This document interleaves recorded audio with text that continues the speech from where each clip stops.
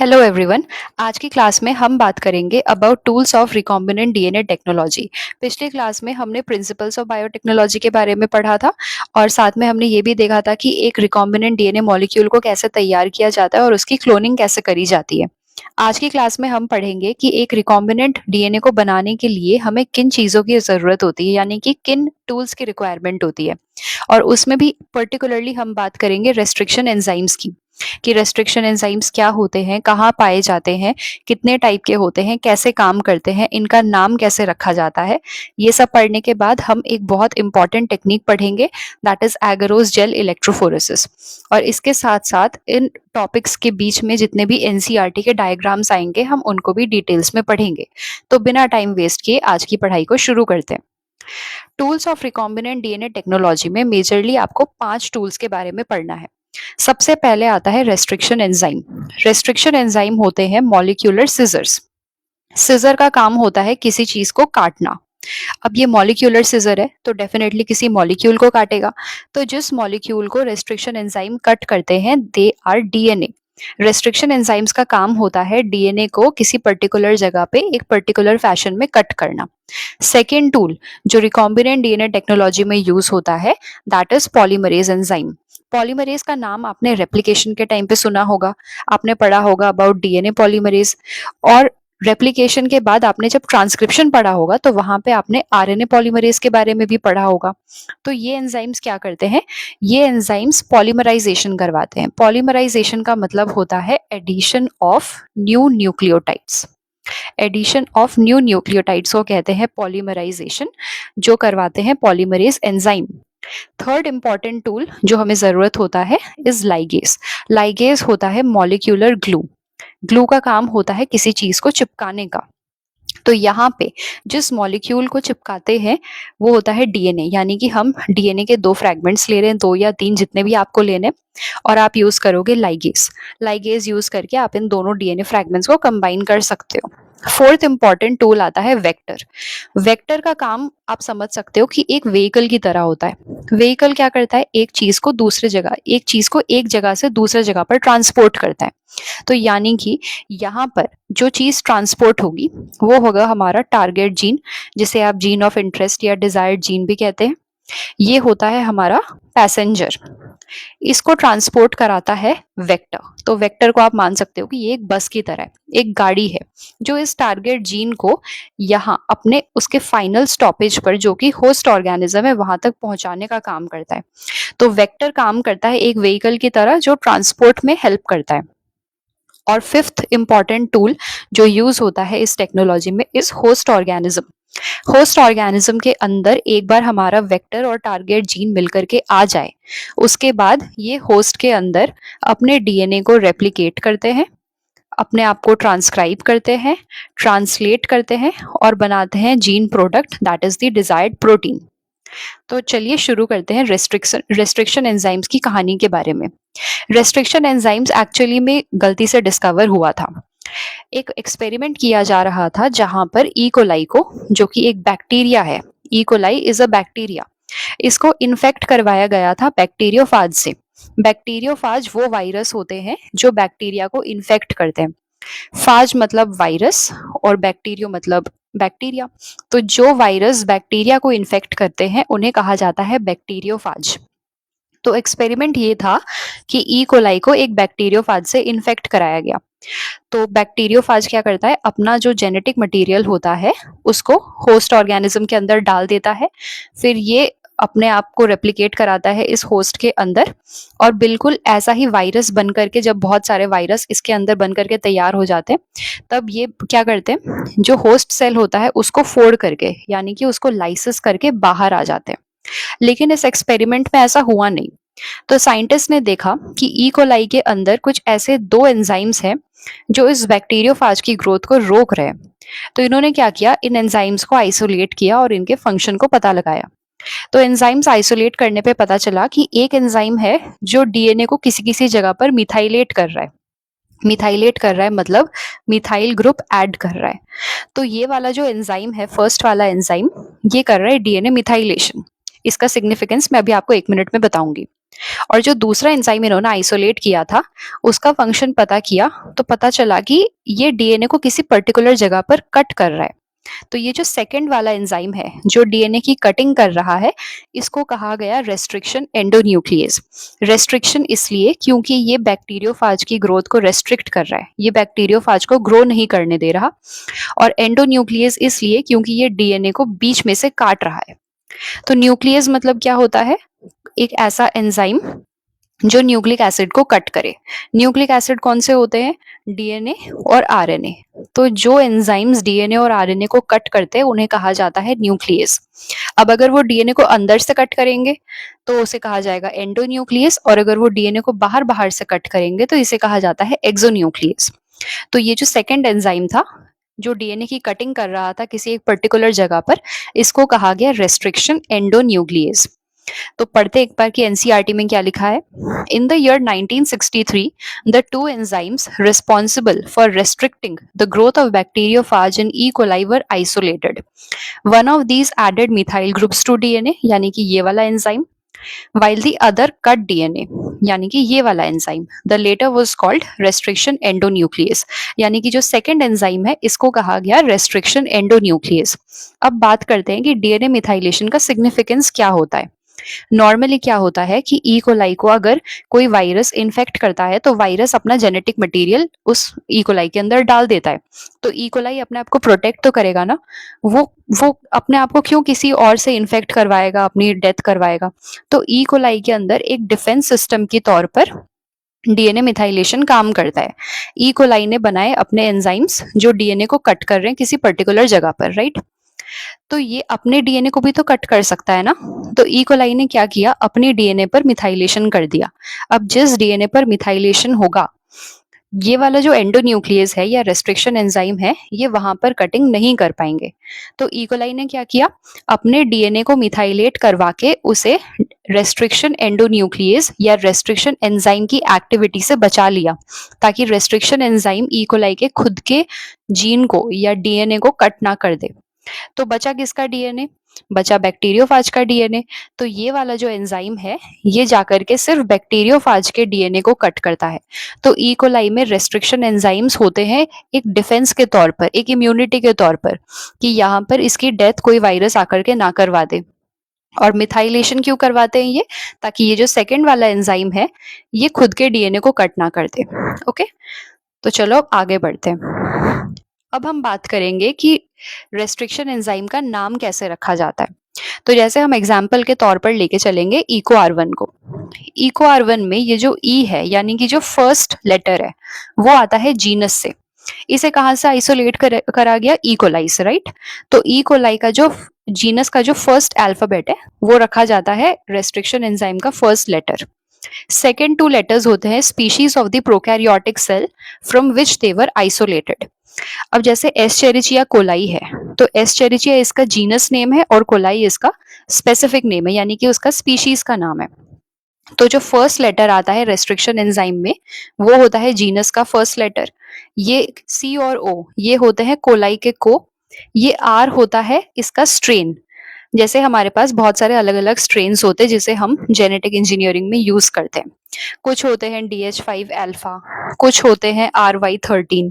तो यहाँ पर इको R1 में स्ट्रेन जो है दैट इज RY13। तो RY13 का सिर्फ जो फर्स्ट मतलब स्ट्रेन का जो फर्स्ट अल्फाबेट है वो यूज किया जाता है, तो यहाँ पर R यूज किया गया। और ये जो रोमन नंबर 1 है this indicates the order of isolation, यानी कि ई कोलाई RY13 स्ट्रेन से सबसे पहले ये वाला एंजाइम आइसोलेट किया गया, तो इसका नाम रखा गया इको R1। इसके बाद जो आइसोलेट किया जाएगा उसका नाम रहेगा इको R2, इसके बाद इको R3, इसके बाद इको R4, ऐसे करके इसका ऑर्डर इंडिकेट करता है जो रोमन नंबर होता है वो। तो आपको समझ में आया? फर्स्ट लेटर जीनस से आता है जैसे कि एस्चेरिचिया का ई। सेकेंड टू लेटर्स यानी कि सेकेंड और थर्ड ये आता है स्पीशीज से, तो कोलाई का सी और ओ ये आ गया को। फोर्थ लेटर होता है स्ट्रेन यानी कि यहाँ पर हम कौन सा स्ट्रेन यूज कर रहे हैं, उस बैक्टीरिया का कौन सा पर्टिकुलर स्ट्रेन यूज कर रहे हैं, वो डिनोट करता है ये फोर्थ वाला लेटर। और जो रोमन नंबर हम यूज कर रहे हैं ये इंडिकेट करता है कि किस ऑर्डर में उस वाले स्ट्रेन से, उस पर्टिकुलर बैक्टीरिया के उस पर्टिकुलर स्ट्रेन से कितने नंबर पर ये एंजाइम को आइसोलेट किया गया है। तो ये होता है नॉमेनक्लेचर। अब अगर हम इसके रिकॉग्निशन की बात करें तो ये ऐसा नहीं है कि डीएनए को कहीं पर भी कट कर देते हैं रैंडमली। हर एक रेस्ट्रिक्शन एंजाइम का अपना खुद का एक रिकॉग्निशन सीक्वेंस होता है। हर एक रेस्ट्रिक्शन एंजाइम का अपना खुद का अलग अलग रिकॉग्निशन सीक्वेंस होता है। जैसे अगर हम बात करें हिंद 2 की, तो ये वाला जो रेस्ट्रिक्शन एंजाइम है इसका कुछ अलग सीक्वेंस होगा। जैसे फॉर एग्जांपल इको आर1 का होता है GAATTC। तो ये रेस्ट्रिक्शन एंजाइम पूरे डीएनए में ढूंढेगा कि 5 प्राइम टू 3 प्राइम डायरेक्शन में GAATTC होना चाहिए, तब जाकर के मैं कट करूंगा। और ऐसा नहीं है कि ये इस पूरे टुकड़े को काट करके अलग कर देंगे, ये इस सीक्वेंस में भी एक पर्टिकुलर जगह पर कट करते हैं। इसको बोला जाता है रेस्ट्रिक्शन साइट। जैसे ये इको आर1 क्या करता है, ये वाला जो सीक्वेंस है GAATTC, इसमें G और A के बीच में कट करता है। तो ये जहां पर कट करता है उसे हम एक एरो से डिनोट करते हैं। तो ये और एक ये जो रिकॉग्निशन सीक्वेंस होते हैं इनकी एक खास बात होती है कि ये पैलिंड्रोमिक होते हैं। पैलिंड्रोमिक मतलब अगर आप इसे 5 प्राइम टू 3 प्राइम ये ऊपर वाले स्ट्रैंड पे रीड करोगे और 5 प्राइम टू 3 प्राइम डायरेक्शन में नीचे वाले स्ट्रैंड में रीड करोगे तो ये सेम साउंड करेगा। जैसे अगर मैं ऊपर वाले स्ट्रैंड में इसे रीड करूँ तो ये क्या है, GAATTC। अब इस सेकंड वाले स्ट्रैंड में रीड करके देखते हैं, GAATTC। तो आप देखोगे यहाँ पर भी जी, यहाँ जी, ए, फिर से ए, टी, टी, टी, टी और सी, सी। तो आप जब इसे 5 प्राइम टू 3 प्राइम रीड कर रहे हो दोनों स्ट्रैंड में तो ये सेम ऑर्डर आ रहा है। और अगर आप इसे 3 प्राइम टू 5 प्राइम रीड करोगे दोनों स्ट्रैंड में तो भी ये सेम ही आएगा। ऐसे सीक्वेंस को कहा जाता है पैलिंड्रोमिक न्यूक्लियोटाइड सीक्वेंस। और ये रिकॉग्निशन सीक्वेंस की खासियत होती है कि ये पैलिंड्रोमिक नेचर के होते हैं। ठीक है, तो जिस सीक्वेंस को पूरे डीएनए में जिस सीक्वेंस को रेस्ट्रिक्शन एंजाइम रिकॉग्नाइज करके कट करते हैं उस सीक्वेंस को कहा जाता है recognition sequence for that particular restriction enzyme. और जिस जगह पर ये कट करते हैं इसको बोला जाता है रेस्ट्रिक्शन साइट, क्योंकि ये उस पर्टिकुलर जगह पर कट करते हैं। अब नेक्स्ट हम बात करेंगे कि यहाँ पर दो टाइप के रेस्ट्रिक्शन एंजाइम होते हैं। एक होते हैं एंडोन्यूक्लियस और एक होते हैं एक्सोन्यूक्लियस। न्यूक्लियस क्या होते हैं, न्यूक्लियस वो एंजाइम होते हैं जो न्यूक्लिक एसिड को कट करते हैं। तो न्यूक्लिक एसिड में आते हैं डीएनए और आरएनए, डीऑक्सीराइबोन्यूक्लिक एसिड और राइबोन्यूक्लिक एसिड। तो न्यूक्लियस डीएनए और आरएनए को कट करते हैं। अब दो पॉसिबिलिटीज है, एक है कि ये डीएनए को कहीं बीच में से कट करे और एक पॉसिबिलिटी है कि ये एंड में से कट करते जाएं। तो जो एंजाइम्स, जो रेस्ट्रिक्शन एंजाइम्स डीएनए को कहीं बीच में से कट करते हैं उनको हम कहते हैं एंडोन्यूक्लियस, और जो एंजाइम्स डीएनए को एंड से कट करते हैं उनको हम कहते हैं एक्सोन्यूक्लियस। जैसे यहाँ पर आप देखो एंडोन्यूक्लियस का केस तो आपको समझ में आ गया है कि यहाँ पर ये डीएनए का एक सीक्वेंस है, उसके बीच में ये कहीं पर पर्टिकुलर सीक्वेंस पे कट करेगा। लेकिन एक्सोन्यूक्लियस का केस क्या होता है, ये एंड में से कट करेगा, यानी कि ये एंड में से न्यूक्लियोटाइड्स को काटना शुरू करेगा। इसको कहते हैं च्यूइंग। ये जो एक्सोन्यूक्लियस करते हैं इसको हम कहते हैं च्यूइंग, क्योंकि ये यहाँ से एंड में से खाते हुए जाते हैं न्यूक्लियोटाइड्स को। तो ये एंड में से कट करते हैं। एक्सो मतलब आउटसाइड, बाहर, जो न्यूक्लियस को बाहर की तरफ से कट करते हैं, उस जो न्यूक्लिक एसिड को बाहर की तरफ से कट करते हैं उनको कहते हैं एक्सोन्यूक्लियस। और एंडो मतलब क्या, इनसाइड, तो जो अंदर से कट करे डीएनए को उनको कहा जाता है एंडोन्यूक्लियस, और जो बाहर से कट करते हैं उनको कहा जाता है एक्सोन्यूक्लियस। एक बार देखते हैं आपकी बुक में क्या लिखा है। Restriction enzymes belong to a larger class of enzymes called nucleases. These are of two kinds, exonucleases and endonucleases. Exonucleases remove nucleotides from the ends, यानी कि ये end से कट करते हैं, whereas endonucleases make cuts at specific positions within the DNA. अगर DNA के अंदर ये काट रहे हैं तो ये है एंडोन्यूक्लियस, और डीएनए को अगर ये एंड से च्यू कर रहे हैं तो इसे कहा जाता है एक्सोन्यूक्लियस। अब देखते हैं इस डायग्राम को। यहां पर बताया गया है कि एक रेस्ट्रिक्शन एंजाइम किस तरीके से कट करता है। तो यहां पर हम लेंगे एक वेक्टर डीएनए और एक लेंगे फॉरेन डीएनए। हमारा एम क्या है, इस फॉरेन डीएनए को हमें इस वेक्टर डीएनए के पर्टिकुलर जगह पर जोड़ना है ताकि हम इसे होस्ट ऑर्गेनिज्म पर ट्रांसफर कर सकें। तो ये है वेक्टर डीएनए, यानी कि वो व्हीकल जो हमारे जीन ऑफ इंटरेस्ट को कैरी करेगा, और ये है हमारा जीन ऑफ इंटरेस्ट। ठीक है, अब देखते हैं कि रेस्ट्रिक्शन एंजाइम काम कैसे करेंगे। एक बात जो जरूरी है जिसका आपको ध्यान रखना है कि यहाँ पर हम सेम एंजाइम को यूज करेंगे। जब भी हम रिकॉम्बिनेंट डीएनए टेक्नोलॉजी परफॉर्म करते हैं, ये बहुत जरूरी होता है कि हम सेम रेस्ट्रिक्शन एंजाइम को ही यूज करें। जैसे यहाँ पर हम यूज करेंगे इको आर1 को कट करने के लिए वेक्टर डीएनए को भी और फॉरेन डीएनए को भी। तो यहाँ पर जो एंजाइम इको आर1 है, ये कट करेगा दोनों डीएनए स्ट्रैंड को सेम साइट पर। जैसे पहले हम वेक्टर डीएनए की बात करते हैं, अभी हमने पढ़ा कि इको आर1 का सीक्वेंस रिकॉग्निशन होता है GAATTC, और ये कट करता है बिटवीन G एंड A। तो यहाँ पर देखो GAATTC, GAATTC, तो ये कहां पर कट करेगा, जी और ए के बीच में। तो अगर ये कट कर देगा तो ये वाला पोर्शन कट आउट हो जाएगा, तो बचेगा कितना सा, ये वाला रीजन बचेगा, यानी कि ऊपर का सिर्फ जी रहेगा और ये पूरा रिमूव हो जाएगा। सिमिलरली अगर हम फॉरेन डीएनए में यहाँ पर देखें तो यहाँ पर भी ये सीक्वेंस है GAATTC, GAATTC, तो ये भी कट करेगा जी और ए के बीच में, तो ये भी यहाँ कट लगाएगा, यहाँ कट लगाएगा। अब हमारे पास दो टाइप के फ्रैगमेंट्स तैयार होंगे। एक होगा हमारे वेक्टर डीएनए का जिसमें इतना पोर्शन कट आउट हो जाएगा, तो यहाँ पर ये बचेगा। अब इसे कहा जाता है, जहां ऐसे वाले एंड्स जहां पर आप दूसरे कॉम्प्लीमेंट्री बेस पेयरिंग कर सकते हो, इसको कहा जाता है स्टिकी एंड।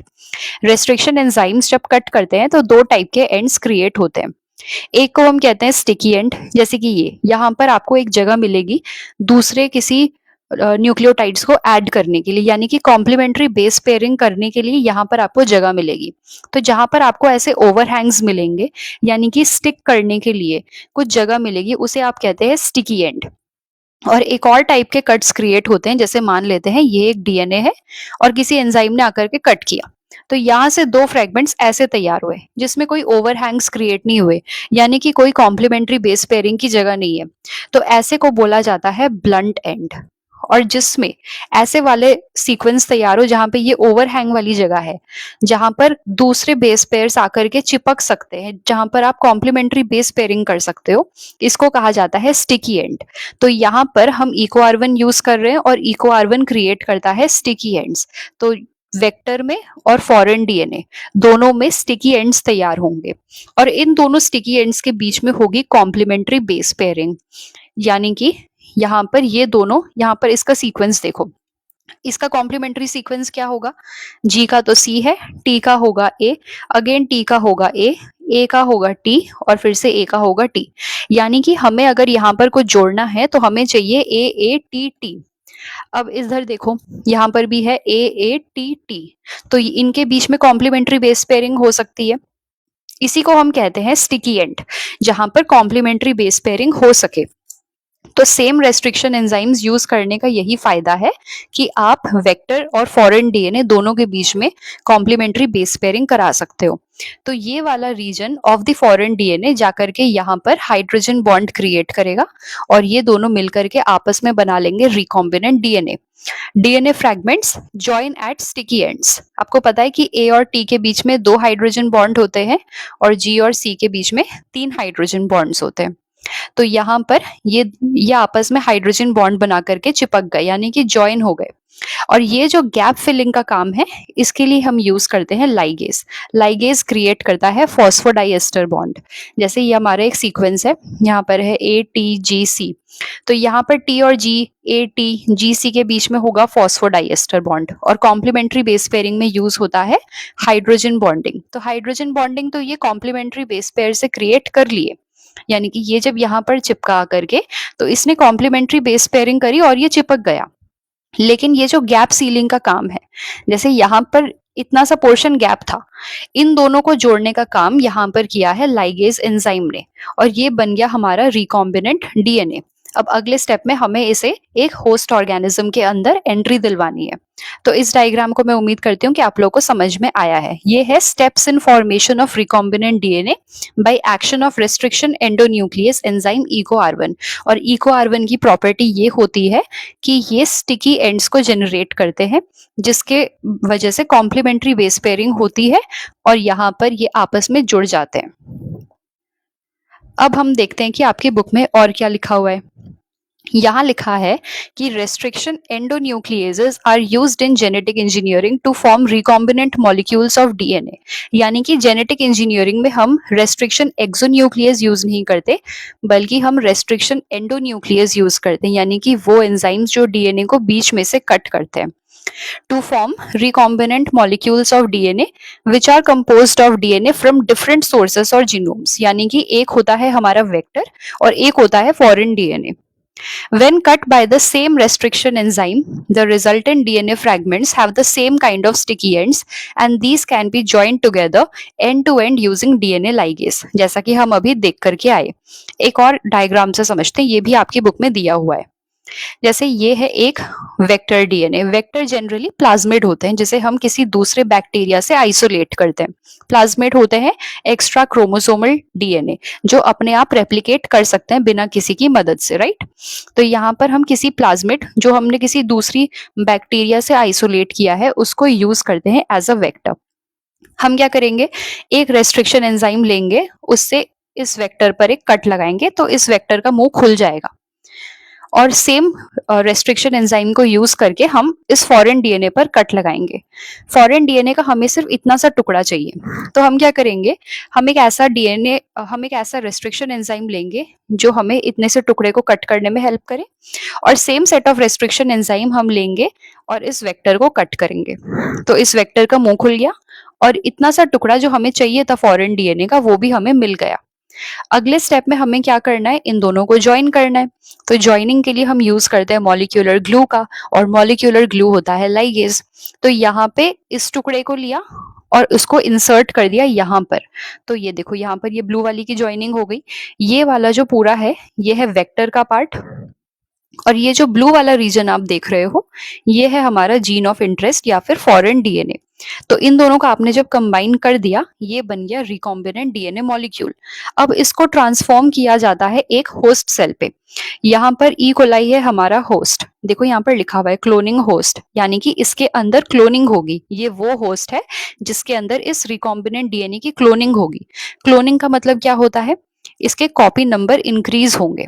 कैसे होंगे देखते हैं। जैसे ये है ई कोलाई का सेल, ये है इसका जेनेटिक मटेरियल और इसके अंदर हमने इस रिकॉम्बिनेंट डीएनए मॉलिक्यूल को डाल दिया है। तो जैसे जैसे ये सेल रेप्लिकेट करेगा ये वाला रिकॉम्बिनेंट डीएनए मॉलिक्यूल भी रेप्लिकेट करेगा।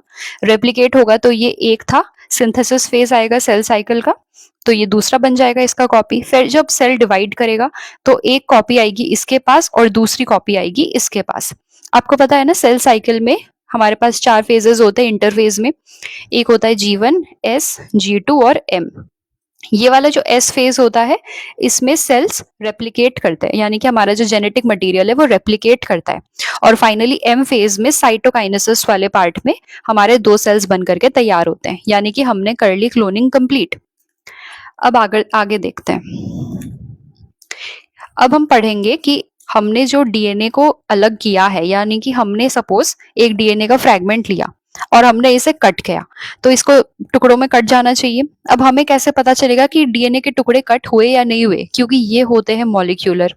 अब ये मॉलिक्यूलर है तो ये हमें खाली नेकेड आंखों से तो दिखेंगे नहीं, तो हमें कोई एक ऐसा टेक्निक निकालना पड़ेगा ये कंफर्म करने के लिए कि हमारे डीएनए के फ्रैगमेंट कट हुए हैं। हम चाहते हैं कि हम इस डीएनए की क्लोनिंग करें। हम इसे ई कोलाई के अंदर या फिर कोई भी होस्ट ऑर्गेनिज्म ले और उसके अंदर डाल करके उसकी क्लोनिंग करें।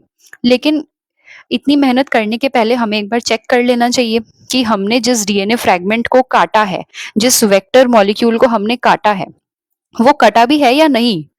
तो उसके लिए हम एक टेक्निक यूज करते हैं जिसका नाम होता है एगरोस जेल इलेक्ट्रोफोरेसिस। ये एक टेक्निक है जिसे यूज करके हम कंफर्म करते हैं कि हमने जो डीएनए को काटा है उसके डिजायर्ड लेंथ ऑफ फ्रैगमेंट हमें मिले हैं या नहीं। जैसे मान लेते हैं ये हमारे पास एक डीएनए है जो 5 kb लेंथ का है। यानी कि 5000 बेस पेयर्स का है। और हमने एक ऐसा रेस्ट्रिक्शन एंजाइम यूज किया है जो यहाँ पर देख लेते हैं, ये 5 kb का है। और यहाँ पर हमने एक ऐसा रेस्ट्रिक्शन एंजाइम यूज किया है जो इस डीएनए को 3 टुकड़ों में काट देगा। एक हमें मिलेगा 2 kb का लेंथ, एक मिलेगा 1 kb का लेंथ, और एक और मिलेगा 1 kb का लेंथ। यानी कि 1 kb के हमें 2 फ्रैगमेंट्स मिलेंगे और एक मिलेगा हमें 2 kb का। तो हम कैसे चेक करेंगे? हमने इन कटे हुए टुकड़ों को लिया और इन्हें हम करेंगे इलेक्ट्रोफोरेसिस। अब एक बार इसका सेटिंग देख लेते हैं, अरेंजमेंट देख लेते हैं कि कैसे होता है। ये एक ऐसा सेटिंग होता है कि एक एपरेटस होता है जिसमें हम एक लिक्विड को डालते हैं। हम लैब में इसे कैसे परफॉर्म करते हैं? सपोज हमें बोला है 100 ml 1.2% एगारोस जेल हमें बनाना है। कितना बनाना है? 1.2% 100 ml का एगारोस जेल बनाना है। तो हम क्या करेंगे? हम एक कोनिकल फ्लास्क लेंगे, उसमें हम डालेंगे 1.2 grams of agarose powder. Lab में एगारोस पाउडर की फॉर्म में मिलता है, तो हम उतना जितना भी हमें चाहिए हम उतना वे करेंगे। 1.2% मतलब क्या होता है? 1.2 grams of agarose in 100 ml of distilled water. तो हम क्या करेंगे? 1.2 ग्राम्स ऑफ एगारोस को वे करेंगे वेइंग मशीन में, और उसको एक कोनिकल फ्लास्क में पानी के साथ मिला देंगे। फिर इसको हम हीट करेंगे माइक्रोवेव ओवन में या फिर किसी भी जो भी हमारे लैब में अवेलेबल हो। और इसको हीट करने के बाद एक कास्टिंग ट्रे, जैसे अगर आपने कभी बर्फ जमाया हो तो आपको पता होगा कि ऐसे करके एक सेटिंग रहती है, उसमें हम इसमें पानी भर के फ्रिज में रख देते हैं और यहाँ पर इसी शेप के बर्फ जम जाते हैं, राइट? इसी तरीके से हमारे पास एक सेट होता है, ऐसा एक एपरेटस होता है जिसके अंदर हम उस जो लिक्विड हमने बनाया है एगरोस पाउडर और पानी को डाल के उसको हम इसमें डाल देते हैं। और इसमें डालने के बाद हम इसमें एक कंघी जैसा घुसाते हैं, कंघी जैसा एक ऑब्जेक्ट घुसाते हैं जिससे हमारे लेंस तैयार हो जाए। ये जो आप लेंस देख रहे हैं ना, ये थोड़े से खाली जगह होते हैं जेल में। तो हम क्या करते हैं, जेल के जमने के पहले हमने सपोज ये वाला जो स्क्वायर आप देख रहे हैं ये कास्टिंग ट्रे है, इसमें हमने हमारा लिक्विड डाला जो हमने तैयार किया था। और लिक्विड डालने के बाद हम यहाँ पर वो कंघी को घुसा देते हैं, उस कंघी को बोला जाता है कोम्ब। तो ये कोम्ब डालने से क्या हुआ, ये वाले जो जगह है कुछ डेप्थ तक ये खाली रहते हैं। तो यहाँ पर जब ये ठंडा हो जाता है, ठंडा होने के बाद ये जम जाता है। अब जमने के बाद इसमें क्या होगा, फर्स्ट वाला जो लेन होता है हम इसमें डालते हैं लैडर। लैडर या फिर कोई मार्कर, मार्कर क्या डिनोट करेगा? जैसे सपोज यहाँ पे हमारे पास एक स्ट्रिप रहती है जिसमें हमें पता होता है जो भी लैडर हम यूज करते हैं वो हमें एक ऐसे माइक्रोसेंट्री, इसको बोलते हैं माइक्रोसेंट्रीफ्यूज ट्यूब। इसके अंदर हमारा लैडर या जो भी डीएनए का सैंपल है वो तैयार रहता है, जो हम तैयार करते हैं। ये लैब में बना बनाया हमें खरीदने को मिलता है। तो ये मार्कर क्या करता है, ये हमें बताता है कि हमें जो डीएनए के फ्रैगमेंट्स जिस पोजीशन पर मिल रहे हैं उसकी लेंथ क्या हो सकती है। जैसे से फॉर एग्जाम्पल ये वाला जो है ये डिनोट करेगा 100 बेस पेयर का लेंथ, ये वाला डिनोट करेगा 200 बेस पेयर का लेंथ, यहाँ पर अगर आया है तो ये डिनोट करेगा 1 kb का लेंथ। ऐसे करके हमारे पास लैडर या मार्कर होते हैं। अब यहाँ पर हम, और ये जो सेकंड थर्ड फोर्थ लेंस होते हैं इनमें हम डालते हैं हमारा सैंपल, यानी कि हमारे जो डीएनए के फ्रैगमेंट्स है उनको। एक में हम डालते हैं अनडाइजेस्टेड वाला और बाकी में हम डालते हैं हमने जो डाइजेस्ट किए हुए फ्रैगमेंट्स है। डाइजेस्टेड मतलब कि जो जिसको हमने रेस्ट्रिक्शन एंजाइम से ट्रीट किया है। डाइजेस्ट किया है मतलब एक कंप्लीट डीएनए बैंड था, अब हमने उसको तोड़ दिया है तो उसको डाइजेस्ट कर दिया, तो उसको टुकड़ों में तोड़ दिया गया, यानी कि डीएनए के फ्रैगमेंट्स तैयार कर लिए गए। और मैट्रिक्स होता है हमारा एगरोस जेल जो हमने क्रिएट किया था, जो ठंडा होकर के जम गया है। और इस एगरोस जेल की कंसंट्रेशन डिटरमाइन करती है कि डीएनए कितना दूर तक मूव करेगा। जैसे अगर हम ले रहे हैं 0.2% एगरोस जेल और एक में हम ले रहे हैं 0.8%, तो किसका पोर साइज छोटा होगा? 1.2% का। ये आप कैसे पता लगाओगे? आप एक चीज को याद कर लो कि concentration of agarose gel is inversely proportional to the pore size, यानी कि जितना ज्यादा कंसंट्रेशन होगा पोर साइज उतनी छोटी होगी। तो जितना ज्यादा आप एगरोस जेल ऐड करोगे, जितनी ज्यादा उसकी कंसंट्रेशन को इंक्रीज करोगे, पोर साइज उतना छोटा होते जाएगा। और जितना पोर साइज छोटा होगा उतने ही स्मॉलर डीएनए फ्रैगमेंट्स इसमें से मूव करेंगे। तो यहाँ पर ये होता है हमारा एगरोस जेल, जिसे हम एक मैट्रिक्स या फिर एक मीडियम के तौर पर यूज करते हैं। और ये होता है पाइपेट, जिसे यूज करके हम इस एमसीटी से यानी कि माइक्रो सेंट्रीफ्यूज ट्यूब से सैंपल लेते हैं और इन वेल्स में लोड करते हैं। फिर हम क्या करते हैं, इन्हें रन करते हैं। यहाँ पर हम लेते हैं नेगेटिव चार्ज और यहाँ पर हम लेते हैं पॉजिटिव चार्ज, यानी कि यहाँ पर हम लेते हैं कैथोड और यहाँ पर हम लेते हैं एनोड। अब डीएनए कैसे होते हैं, नेगेटिव चार्ज के, क्योंकि डीएनए के पास होता है शुगर फॉस्फेट का बैकबोन, और इस फॉस्फेट की वजह से डीएनए पर आता है एक नेगेटिव चार्ज। तो अगर डीएनए नेगेटिव है तो वो पॉजिटिव की तरफ मूव करेगा। आपको पता है कि नेगेटिव और पॉजिटिव चार्जेस के बीच में अट्रैक्शन होता है। तो जो नेगेटिव चार्ज है वो कहाँ पर मूव करेगा, towards the positive electrode. Positive electrode होता है एनोड। तो डीएनए जो फ्रेगमेंट्स है वो मूव करेंगे माइनस से प्लस की तरफ, यानी कि प्लस चार्ज की तरफ। तो जैसे ही हम इलेक्ट्रिसिटी को ऑन करेंगे, जितना छोटा डीएनए फ्रैगमेंट होगा वो उतना दूर जाएगा, और जितना मोटा यानी कि जितना बड़ा डीएनए का फ्रैगमेंट होगा वो ऊपर ऊपर रह जाएगा। तो जैसे अब हम इस डायग्राम पर देखते हैं कि यहाँ पर क्या समझाना चाहते हैं ये। यहाँ पर इन्होंने ये लिए हैं वेल्स, ठीक है, ये होते हैं वेल्स। फर्स्ट वाले लेन में इन्होंने लिया है अनडाइजेस्टेड, यानी कि इसको किसी भी रेस्ट्रिक्शन एंजाइम से ट्रीट नहीं किया है। तो ये आपको यहाँ पर मोटा सा बैंड देखने को मिलेगा।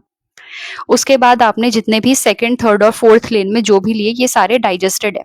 तो जितना छोटा फ्रैगमेंट होगा वो उतना दूर ट्रैवल करेगा, और जितना बड़ा फ्रैगमेंट होगा वो ऊपर ही ऊपर रह जाएगा। अब हम देखते हैं कुछ फीचर्स ऑफ इलेक्ट्रोफोरेसिस जो आपको याद रखने, इतना सा याद रखने से आपका काम हो जाएगा। एगरोस एक ऐसा चीज है, एक ऐसा नेचुरल पॉलीमर है जिसे हम सीवीड से एक्सट्रैक्ट करते हैं। यहाँ पे हम पर्टिकुलरली बात कर रहे हैं एगरोस जेल इलेक्ट्रोफोरेसिस की। तो एगरोस जेल इलेक्ट्रोफोरेसिस में हम यूज करते हैं एगरोस पाउडर, और उस एगरोस पाउडर को एक्सट्रैक्ट किया जाता है फ्रॉम सीवीड। एक नेचुरल पॉलीमर है जिसे एक्सट्रैक्ट किया जाता है फ्रॉम सीवीड। दूसरी बात क्या याद रखनी है आपको इसके बारे में, कि यहाँ पर जेल इलेक्ट्रोफोरेसिस में हम डीएनए फ्रैगमेंट्स को सेपरेट कर रहे होते हैं अकॉर्डिंग टू देयर साइज, क्योंकि जितने भी डीएनए फ्रैगमेंट्स हैं वो सारे नेगेटिव चार्ज वाले होते हैं। तो चार्ज के बेसिस पर तो कर नहीं सकते, तो हम देखते हैं उसका साइज। जितना छोटा फ्रैगमेंट होगा वो उतना दूर तक ट्रैवल करेगा, यानी कि smaller the fragment size the farther it moves, और जितना बड़ा होगा वो ऊपर ही ऊपर रह जाएगा।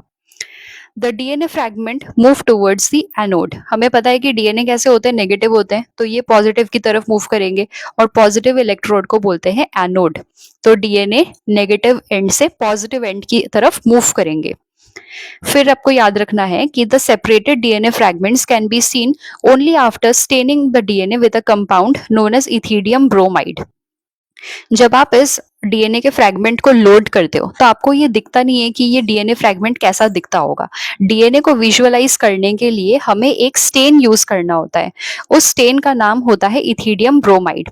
इथिडियम ब्रोमाइड से जब आप स्टेन करोगे तो आपको जो डीएनए है, जब आप उसे यूवी लाइट में देखोगे, आपको ये नेकेड आई से नहीं दिखेगा, आपको यूवी लाइट यूज करनी होगी, ग्लव्स पहनने होंगे, क्योंकि यूवी लाइट कार्सिनोजेनिक होता है, वो म्यूटेशन कॉज करता है। और साथ में जब आप इथिडियम ब्रोमाइड यूज करोगे तो भी आपको ग्लव्स पहनकर ही काम करना है, और इसके फ्यूम्स बिल्कुल भी इनहेल नहीं करने, क्योंकि इथिडियम ब्रोमाइड भी कार्सिनोजेनिक होता है। तो जब भी आप किसी डीएनए सैंपल को इथिडियम ब्रोमाइड से स्टेन करोगे और उसको स्टेन करने के बाद आप उसे यूवी लाइट में विजुअलाइज करोगे तो आपको ऑरेंज कलर के बैंड्स देखने को मिलेंगे। इथिडियम ब्रोमाइड इंटरकैलेटिंग एजेंट होता है। आप इस टर्म को याद रखेंगे, ये होता है इंटरकैलेटिंग एजेंट। तो ये आपके डीएनए के साथ अच्छे से टाइटली पैक हो जाता है, जिसकी वजह से आप इसे यूवी लाइट में देख सकते हैं। और इथिडियम ब्रोमाइड ऑरेंज कलर से स्टेन होता है, मतलब डीएनए को ये ऑरेंज कलर में स्टेन करता है, जिसे आप यूवी लाइट के अंदर देख सकते हो। फिर क्या करते हैं, एक बार कंफर्म हो गया कि ठीक है हमारा जो बैंड है ये पर्टिकुलर स्पेसिफिक पोजीशन पर है, फिर हम क्या करते हैं, एक ब्लेड लेते हैं, एक फ्रेश ब्लेड, और जेल के इतने से टुकड़े को कट करते हैं। कट करके ऐसा ही एक ट्यूब लेते हैं, इसमें डालते हैं, और फिर इसकी प्रोसेसिंग करते हैं, केमिकल प्रोसेसिंग, ताकि जेल का जितना पार्ट है वो निकल जाए, और जो डीएनए वाला पार्ट है उससे हम आगे की क्लोनिंग या फिर जो भी हमें करना है रिकॉम्बिनेंट डीएनए का, वो हम परफॉर्म करते हैं। तो ये होता है जस्ट फॉर कंफर्मेशन कि हमारा जो रेस्ट्रिक्शन एंजाइम हमने यूज किया था उससे डीएनए की कटिंग हुई है कि नहीं हुई है। अगर कटिंग हुई है तो हमें पता है कि एक हमें मिलेगा 1 केबी का, 2 हमें मिलेंगे 2 केबी के, या जैसा भी आपने लेंथ लिया है। उसके बाद आप डीएनए जेल के उतने से टुकड़े को कट करोगे, जेल को डिसॉल्व करोगे केमिकल प्रोसेसिंग करके, और फिर जो डीएनए बचेगा उसको आप यूज करोगे। ये जो जेल को काट के प्रोसेस करने का प्रोसेस है, इसको कहते हैं इल्यूशन। यानी कि आप इल्यूट कर रहे हो, डीएनए को इल्यूट कर रहे हो, डीएनए को प्रोसेस कर रहे हो, निकाल रहे हो जेल में से, इसको कहते हैं इल्यूशन। तो ये था all about agarose gel electrophoresis and about restriction enzymes. Next class में हम बात करेंगे क्लोनिंग वेक्टर्स के बारे में। और आज की क्लास अगर आपको समझ आई हो तो वीडियो को लाइक कर देना और चैनल को सब्सक्राइब कर लेना। बहुत जल्द मिलते हैं अगली क्लास में। Thank you.